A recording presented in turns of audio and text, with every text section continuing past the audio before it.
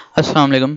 ये जो है मैं एक वीडियो सीरीज़ बना रहा हूँ प्लेलिस्ट, जिसके अंदर जो है क्वांटम मैकेनिक्स के न्यूमेरिकल्स जो थे वो मैं सॉल्व करूँगा एक एक करके सारे। एक वीडियो में तकरीबन एक जो है वो न्यूमेरिकल सॉल्व होगा।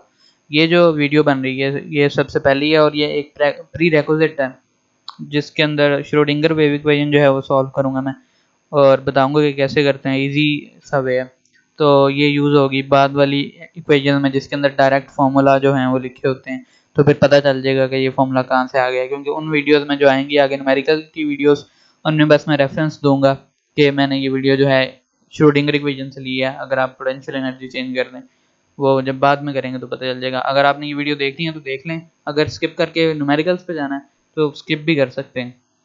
लेकिन मैं जो हूँ न्यूमेरिकल की वीडियोस में बस रेफरेंस दूंगा कि मेरी श्रोडिंगर वेव वाली जो है इक्वेशन, उससे ये वाली इक्वेशन निकली।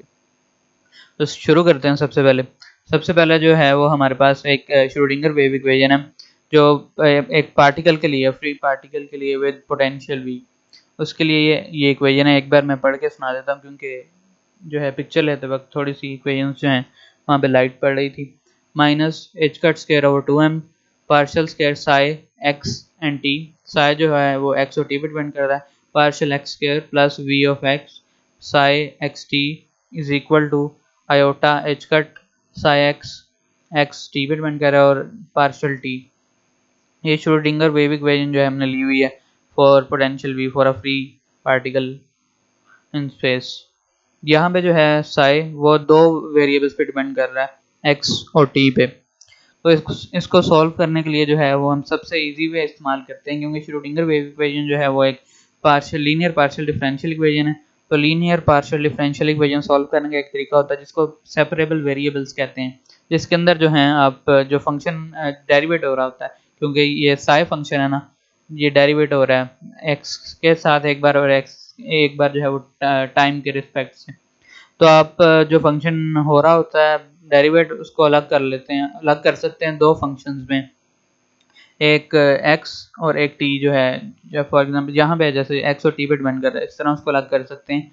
ये जैसे कि इन्होंने बताया हुआ है, इधर मैं वेबसाइट पे सर्च किया था। Solving the wave equation involve identifying the function you x T that solve the partial differential equation that represent the amplitude of the wave at any position x at any time T.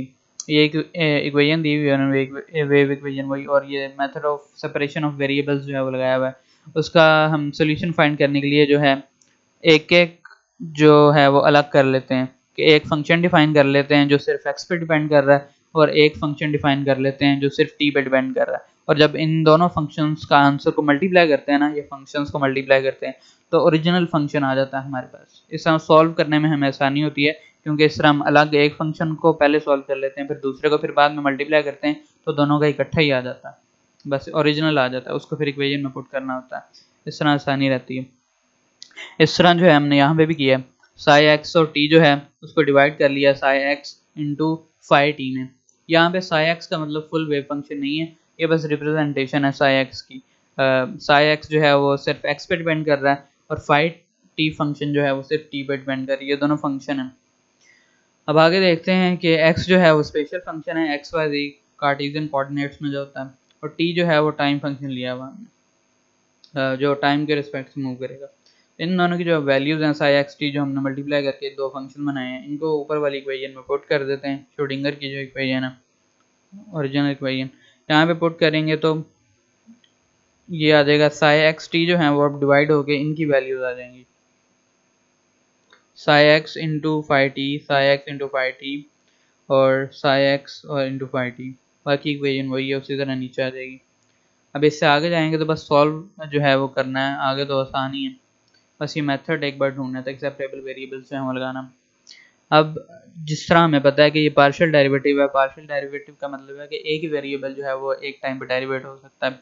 इसलिए जो है, क्योंकि यहाँ पे जो है ये सिर्फ एक्स के रिस्पेक्ट से डेरिवेट हो रहा है, इसलिए यहाँ पे जो है एक्स वाला ही सिर्फ डेरिवेट होगा, और बाकी जो है वो एज अ कांस्टेंट बाहर आ जाएगा। फाई टी जो है वो इस पार्शियल के लिहाज से कांस्टेंट होगा, और इसी तरह जो है वी एक्स वैसे ही नीचे आ जाएगा, ये पूरी वैल्यू।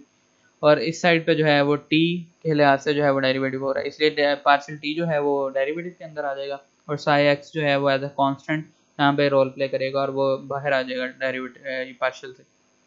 इस तरह जो है ये थोड़ी सी सिंप्लीफाई हो जाएगी। अब दोनों साइड से जो है वो साई एक्स और फाई टी से डिवाइड कर देंगे। तो जब यहाँ पे डिवाइड करेंगे लेफ्ट साइड पे, तो साई एक्स जो है वो साई टी जो है वो फाई टी और फाई टी कैंसिल हो जाएंगे और साई एक्स वन और साई एक्स बच जाएगा। और जब राइट साइड पे करेंगे तो साई एक्स और साई एक्स कैंसिल हो जाएगा और 1/5t बच जाएगा। इन दोनों को डिवाइड करना है और इधर जब डिवाइड करेंगे तो ये दोनों ही डिवाइड हो जाएंगे और सिर्फ v ऑफ x आ जाएगा।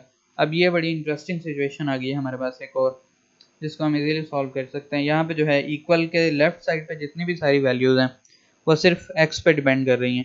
साई एक्स पार्शल में जो x है जिससे डेरिवेटिव हो रहा है पार्शल, और साई एक्स जो है वो भी x पे डिपेंड कर रहा है और v जो है वो भी सिर्फ x पे डिपेंड कर रहा है। इसी तरह जो राइट साइड पे सारी वैल्यूज हैं तो सिर्फ t पे डिपेंड कर रही हैं। फाई टी पार्शल जो है वो भी ठीक है और फंक्शन जो हमने लिखा था वो भी t पे डिपेंड कर रहा है। तो लेफ्ट साइड पे सारी x पे डिपेंड कर रही हैं और राइट साइड पे सारी t पे डिपेंड कर रही हैं। तो इसका मतलब है कि ये दोनों इक्वेशन जो हैं ये किसी कांस्टेंट के इक्वल लाजमी होंगी।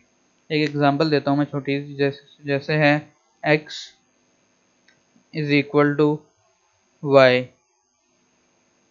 ये फॉर एग्जांपल हम कोई फंक्शन कंसीडर कर लेते हैं, x कोई भी फंक्शन है, कॉम्प्लेक्स सा कोई फंक्शन है, जैसे ये सारा ही फंक्शन जो है इसको x कह दें आप, और राइट साइड पे जितना भी फंक्शन है उसको y कह दें।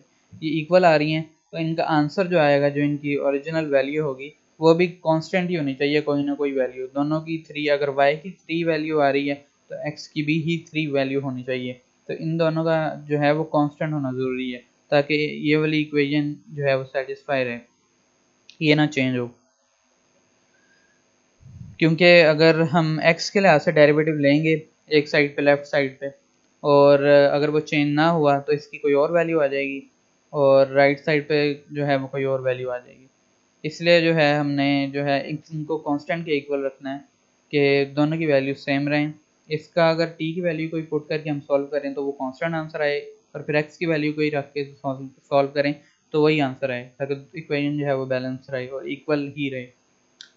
अब जो है हम टाइम पार्ट इसमें सेलेक्ट कर लेते हैं, पहले सॉल्व करते हैं। अब राइट साइड पे जो है वो ले लेते हैं पहले। राइट साइड है iota H cut over phi T D phi T over partial T.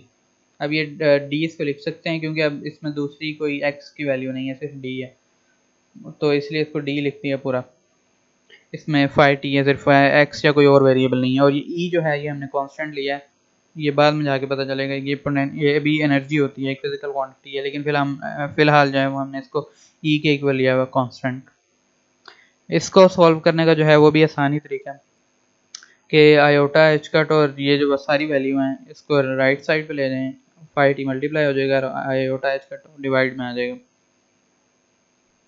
इसी तरह पार्शल टी जो है इसको पार्शल टी वैसे ही आ जाएगा, ये साथ में पार्शल टी ही आ रहा है, और ये डी आ जाएगा phi T is equal to minus iota. Minus iota ये ऐसे बना है, मल्टीप्लाई डिवाइड किया आयोटा के साथ, तो आयोटा इंटू आयोटा -1 बन जाएगा और ऊपर जो आयोटा होगा तो माइनस आ जाएगा। Minus iota E over H cut phi T बन जाएगी ये वाली इक्वेशन। और फिर आपने कुछ भी नहीं करना, बस फाई टी जो है उसको इस साइड पे ले आना और पार्शियल टी जो है वो दूसरी साइड पे चला जाएगा। वो भी अब डेरिवेटिव बन जाएगा टोटल, क्योंकि अब जो है कोई और वेरिएबल नहीं है। बोथ साइड में इंटीग्रेट करेंगे इसको, तो इसका जो है डेरिवेटिव ऊपर मौजूद है तो ये नेचुरल लॉग में चला जाएगा, natural log of pi T. और इस साइड पे जो है डेरिवेटिव और इंटीग्रल कट जाएंगे और टी सिर्फ बच जाएगा, प्लस कांस्टेंट आ जाएगा, जो कांस्टेंट क्योंकि इंटीग्रल ले रहे हैं। अब जो है नेचुरल लॉग को जब ई की वैल्यू में एक्सपोनेंशियल वैल्यू में कन्वर्ट करेंगे, एंटी लॉग लेंगे इसका, ये नेचुरल लॉग खत्म हो जाएगा और दूसरी साइड पे जो भी चीज़ होती है वो ई की पावर में चली जाती है। जब नेचुरल लॉग को कन्वर्ट करते हैं, मतलब नेचुरल लॉग को ख़त्म करते हैं, इसका एंटी लॉग लेंगे, जहाँ पे लॉग होता है उसका एंटी लॉग लेते हैं और दूसरी साइड पे जो भी वैल्यू होती है वो ई की पावर में चली जाती है। इसका एंटी लॉग लिया तो लॉग खत्म हो गया, सिर्फ फाई टी आ गया और राइट साइड पे ई की पावर में चली गई सारी values, minus iota E over H का टी प्लस सी। आगे जो है वो सी को हम जो है वो अलग कर सकते हैं क्योंकि सी ऐड हो रहा है, तो ये प्रॉपर्टी होती है कि अगर ऊपर कोई चीज़ ऐड हो रही है तो ई मल्टीप्लाई होकर ई रेज़ पर सी हो जाती है। ये प्लस को इस तरह अलग करके ई को तो सी में भी लिख सकते हैं। तो ये जो है ई रेज़ पर सी वैल्यू ये कांस्टेंट होगी क्योंकि ई की भी वैल्यू जो है वो कांस्टेंट होती है और उसके ऊपर अगर सी एक और कांस्टेंट है तो एक कांस्टेंट वैल्यू ही आएगी।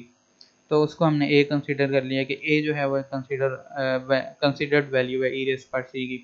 तो यहाँ से कांस्टेंट भी जो है वो ख़त्म हो गया, तो सिर्फ यही बच गया ई वाला पार्ट जो टी पे जो है वो डिपेंड कर रहा है। और ए जो है उसकी वैल्यू हमने जो है 1 ले लिया इधर, ताकि कोई आगे कोई बाउंड्री कंडीशन जो है वो हमारे पास अभी नहीं है, तो हमने ये ए की वैल्यू जो है वो रैंडमली 1 ले लिया ताकि इक्वेशन सॉल्व करने में आसानी हो। Partial phi T is equal to E I minus iota E over H cut into T. ये पहला पार्ट जो है सॉल्व हो गया फाई टी वाला, जो हमने आधी आधी डिवाइड की थी सेपरेबल वेरिएबल के थ्रू फंक्शन को। ये वाला पार्ट जो है इसका आंसर आ गया। टी टाइम डिपेंडेंट फंक्शन का जो है वो आंसर आ गया। ये पुट इन इक्वेशन है, जो इक्वेशन हमने बनाई थी उसके अंदर पुट कर देते हैं हम इसको। साई एक्स जो है और ई की जो वैल्यू है वो आ जाएगी, फाई टी की वैल्यू इधर आ जाएगी ई रेस्ट पर minus iota E over H cut T. Now for special part जो है उसके लिए वी ऑफ एक्स जो है वो हमने जीरो ले लिया। वी ऑफ एक्स क्योंकि पोटेंशियल एनर्जी उसकी जीरो है, क्योंकि फ्री पार्टिकल मैंने शुरू में बताया था कि श्रोडिंगर इक्वेशन जो है वो हम फ्री पार्टिकल के लिए ले रहे हैं। तो फ्री पार्टिकल जो है वो कंटिन्यूसली मूव करेगा, उसकी पोटेंशियल एनर्जी कोई नहीं होगी in any space X Y Z किसी भी डायरेक्शन में, उसकी पोटेंशियल एनर्जी नहीं होगी, इसलिए वो जो है हम ज़ीरो कंसिडर कर रहे हैं। इस इक्वेशन का जो है जो लेफ्ट पार्ट था ऊपर वाली इक्वेशन का, उसको भी हमने कांस्टेंट के इक्वल कर लिया था, ये लेफ्ट पार्ट को, ताकि वो राइट साइड के इक्वल ही आए। ई कांस्टेंट के इक्वल कर लिया। वी एक्स जो है वो ज़ीरो हो गया, वो मैंने बता दिया पहले। इसी तरह जो है दूसरी साइड पे वैल्यूज लेके जाएंगे, यहाँ पे भी साई एक्स जो है वो दूसरी साइड पे चला जाएगा और बाकी सारी वैल्यूज जो है minus H cut square over 2m वो भी सारी दूसरी साइड पे चली जाएंगी। यहाँ पे जो है हमने लेट किया के स्क्वायर जो है वेव नंबर जो है वो इक्वल है 2m E over H cut. इसको सिंप्लीफाई करने के लिए, ताकि इतना बड़ा हमें बार बार ना लिखना पड़े, ये वेव नंबर होता है वैसे भी। इसको K is equal to square root of 2m E over H cut आ जाएगा इसकी वैल्यू, इसको के स्क्वायर कंसीडर कर लिया। तो जो इक्वेशन जो है वो ये बन जाएगी partial square psi X over partial X square is equal to minus X square psi X, अगर जब इसको के कंसीडर कर लेंगे। Solution of second order linear partial differential equation. अब ये जो है ये एक second order linear partial differential equation है। इन सिंपल टर्म्स ये एक वेव इक्वेशन है। वेव इक्वेशन का आंसर जो है वो एक वेव की शक्ल में ही आता है। ए और बी जो है यहाँ पे कांस्टेंट होते हैं, ये इसका जनरल आंसर होता है वेव इक्वेशन का, किसी भी वेव इक्वेशन का। ई जो है ई पार्ट जो है वो वेव का बता रहा होता है कि वेव राइट साइड पे जा रही है, माइनस ई जो है वो उसका लेफ्ट साइड पे जाना बता रहा होता है कि साइन और कॉस जब इकट्ठे होते हैं तो वो ऐसे वेव बनाते हैं। एक ये अगर नॉर्मल है तो ये जो है ये वेव बनती है इस इक्वेशन के थ्रू। ये एक जनरल सोल्यूशन होता है इक्वेशन का, ये पढ़ा हुआ है हमने पहले भी, ये कैसे आता है सोल्यूशन। तो हम इसका कंसीडर कर लेंगे कि इस लीनियर पार्शियल डिफरेंशियल इक्वेशन का जो आंसर है वो ये इक्वेशन है, जनरल इक्वेशन। अब हमारे पास जो है वो दोनों इक्वेशंस के आंसर आ गए हैं। साई एक्स जो है उसका भी आ गया हुआ है, और जो हमने टी वाली इक्वेशन ली थी फाई टी उसका भी आ गया हुआ है। अब उन दोनों को जो है वो इकट्ठा करेंगे और आगे सॉल्व करेंगे। आगे सॉल्व करने के लिए हम फोरियर ट्रांसफॉर्मेशन यूज़ करेंगे for evolution of wave function. Fourier transformation जो है ये खुद जो है ये काफ़ी लंबा जो है वो टॉपिक है। तो फोरियर ट्रांसफॉर्मेशन जो है वो कैसे यूज़ करते हैं, ये उसकी इक्वेशन कैसे आई है, ड्राइव कैसे हुई है, उसके लिए जो है वो आधे घंटे की एक और वीडियो बनानी पड़ेगी सिर्फ फोरियर ट्रांसफॉर्मेशन को समझाने के लिए। लेकिन सिंपली मैं ये बता देता हूँ कि फोरियर ट्रांसफॉर्मेशन जो है तो सुपरपोज हुई होती हैं वेव्स किसी भी जगह पे, मतलब एक से ज़्यादा वेव्स जो हैं जो मिलती हैं सुपर पोजिशन में, तो वो एक वेव बन जाती है मिलके, जिनका एम्पलीट्यूड जो है वो हमने पढ़ा हुआ है उससे बहुत ज़्यादा होता है। कॉन्स्टिट्यूएंट वेव से जो है वो ज़्यादा होता है। जब सारी वेव्स मिल जाती हैं तो सुपरपोज होके एक बड़ी वेव बना लेती हैं।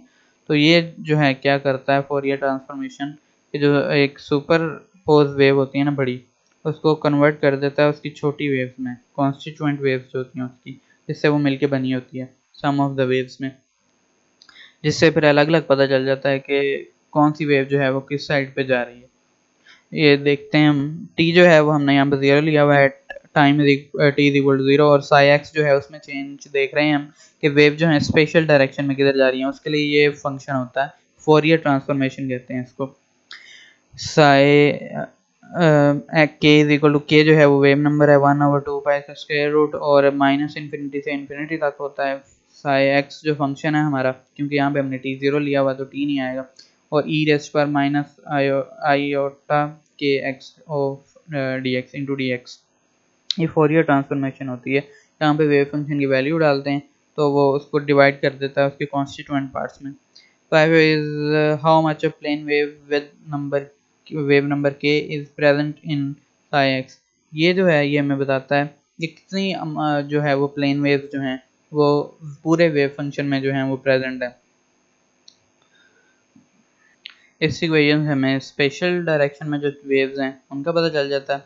और अब टाइम एवोल्यूशन वाला पार्ट देखते हैं। For free particle each plane wave component evolves in time, कि एक पार्टिकल की जो वेव होती है वो भी आगे मूव कर रही होती है इन टाइम भी, तो उसको एक्सप्रेस करने के लिए ये वाली इक्वेशन यूज होती है। आई के एक्स जो है ये स्पेशल वाली है, ये कन्वर्ट हो जाती है, इसके साथ टाइम का पार्ट भी आ जाता है बिल्कुल पहले इक्वेशन की तरह जो हमने शुरू में की थी जब फाई टी की जो है वो आंसर निकाला था। ये वाली इक्वेशन, ये बिल्कुल यही इक्वेशन है कि फाई टी जो है वो चेंज हो रहा है इन टाइम, तो वेव जो है वो टाइम के साथ साथ कैसे चेंज होगी, बस ई की वैल्यू जो है वो हमने पुट की है नीचे। ई जो है वो एनर्जी होती है वेव की, एच कट स्केयर के स्केयर ओवर 2m पुट करेंगे इधर तो एच कट जो नीचे था वो कैंसिल हो जाएगा और K square over 2m into T आ जाएगा। इन दोनों को मल्टीप्लाई करते हैं, ये टोटल जो है अब हमें इन द स्पेशल डायरेक्शन में भी वेव जो है उसके के अंदर क्या चेंज आ रही है और टाइम के साथ साथ जो है वो क्या चेंज आ रही है, ये दोनों चीज़ें बताएगी अब हमें। ये इन्वर्स फोरियर ट्रांसफॉर्मेशन है, क्योंकि हमने अपनी तरफ से फोरियर ट्रांसफॉर्मेशन लगाई थी तो अब हमने इन्वर्स फोरियर ट्रांसफॉर्मेशन जो है वो लगानी पड़ती है ताकि ओरिजिनल जो वेव फंक्शन है वो हमें मिल जाए। क्योंकि ऊपर जो है वो हमने जब इन फोरियर ट्रांसफॉर्मेशन लगाई थी तो साई ये हैट मिल रहा था जो कि बताता है कि हमें कितनी वेव्स होंगी जब स्पेशल डायरेक्शन में ट्रैवल करेंगे। लेकिन अब हमने इनवर्स फोरियर ट्रांसफॉर्मेशन लगाई है तो ओरिजिनल फंक्शन जो है वो हमें मिल गया, वेव फंक्शन मिल गया 1/2 पाई माइनस इन्फिनिटी से इन्फिनिटी, जो ऊपर इक्वेशन थी वो उसका पार्ट, और विद रिस्पेक्ट टू टाइम जो चेंज आ रहा है और विद रिस्पेक्ट टू स्पेस जो चेंज आ रहा है in the wave number multiply by D के। ये जो है ये इस इक्वेशन का आंसर होता है। इसके अंदर आपने जो है बस वैल्यू पुट करनी होती है इधर वेव फंक्शन की, at X is equal to 0 या X is equal to T या X is equal to X और X is equal to T. Wave function जो होता है ओरिजिनल तो वो आपको जो है इंटीग्रल सॉल्व करते हैं, उनके दरम्यान में 1 या 0 होता है या कोई भी वैल्यूज जो होती हैं तो वो आपको निकाल के दे देता है आंसर क्या है, उस वेव फंक्शन एक्चुअल जो वेव फंक्शन होता है उस पार्टिकल का वो निकाल के दे देता है। हमने शुरू जो किया था वो एक इक्वेशन से किया था कि वेव फंक्शन की जो है वो इक्वेशन है, वेव फंक्शन एक फ्री पार्टिकल की इक्वेशन जो है वो ये होती है। और अब हम आ गए हैं एंड पे, उस पार्टिकल फ्री पार्टिकल का वेव फंक्शन क्या होगा जो हम फाइंड करना चाह रहे थे। एक पार्टिकल का वेव फंक्शन हमें जो है वो पता चल जाए, क्योंकि क्वांटम मैकेनिक्स में जो है हम वेव फंक्शन से सारी चीज़ें निकालते हैं, तो ये उसका वेव फंक्शन आ जाएगा किसी भी पार्टिकल का। अब जब आप साई एक्स और टी की वैल्यू पुट करेंगे इधर